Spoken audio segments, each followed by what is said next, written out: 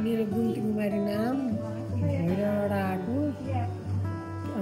मृगौलाको समस्याले यहाँ आइपुगेँ। जाओ सन्चो हुन्छ, गएर हप्ता दिन बस्ने अनि विचार हुन्छ। अनि त्यसपछि अब अलिकति हल्का भयो जस्तो भयो भने फेरि थप्ने, 21 दिनको पुर्याउने, त्यति 21 दिन पुर्याए सन्चो हुन्छ भन्न चाहन्छु। हजुरले कति दिन गर्नुभयो? मैले 14 दिन। 14 दिन गर्नुभयो।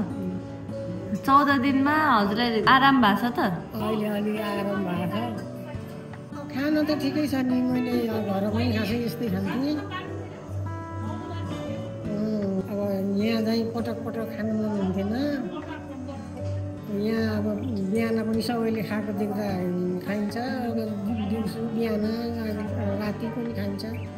सबैले त्यही खाएपछि त्यही नै राम्रो लाग्यो।